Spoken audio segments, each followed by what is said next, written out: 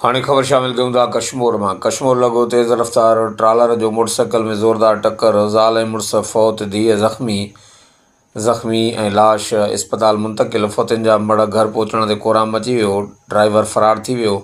Police trailer खे पंहिंजी तहवील में वठी छॾियो। वाक़े जो केस दाख़िल न थी सघियो। कश्मीर थाणे जे हद इंडसावे टूल प्लाज़ा वेझो तेज़ रफ़्तार ट्रालर जो साम्हूं ईंदड़ मोटरसाइकिल में ज़ोरदार टक्कर थी पियो, जंहिं नतीजे में मोटरसाइकिल सवार ज़ाल ऐं मुड़ुस थॾे ते फ़ौत थी विया, जॾहिं त धीअ सख़्त ज़ख़्मी थी पई। अहिड़ो इतलाउ पुलिस खे ॾिनो वियो।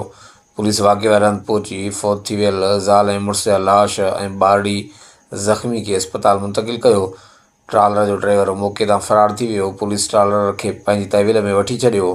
फ़ौत थी वियलनि जी सुञाणप मोहम्मद याक़ूब भट्टी ऐं संदसि ज़ाल मुस्मात मलूका ख़ातून भट्टी तौरु थी आहे। धीअ आसमा भट्टी जी हालत ॻणिती जोगी ॿुधाई पई वञे, जंहिंखे रहीम यार ख़ान इस्पताल मुंतक़िल कयो वियो आहे। फ़ौत थी वियलनि जा मड़ घर पहुचण ते कोराम मची वियो। वाक़े जो केस दाख़िल न थी सघियो आहे।